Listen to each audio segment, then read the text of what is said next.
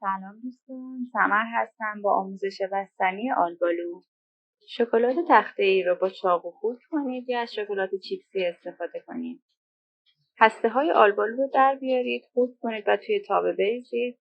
شکر رو اضافه کنید و روی حرارت متوسط مخلوط کنید تا مثل مربا غلیظ بشه.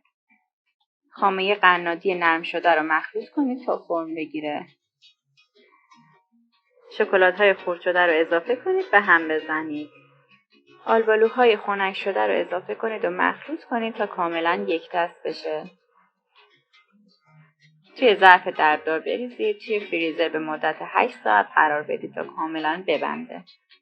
بعد اسکوپ بزنید و نوش جان کنید. حتما قبل از درست کردن نکات مهم رو توی کپشن بخونید و برای دیدن بقیه آموزش هام پیج اصلی منو فالو کنید.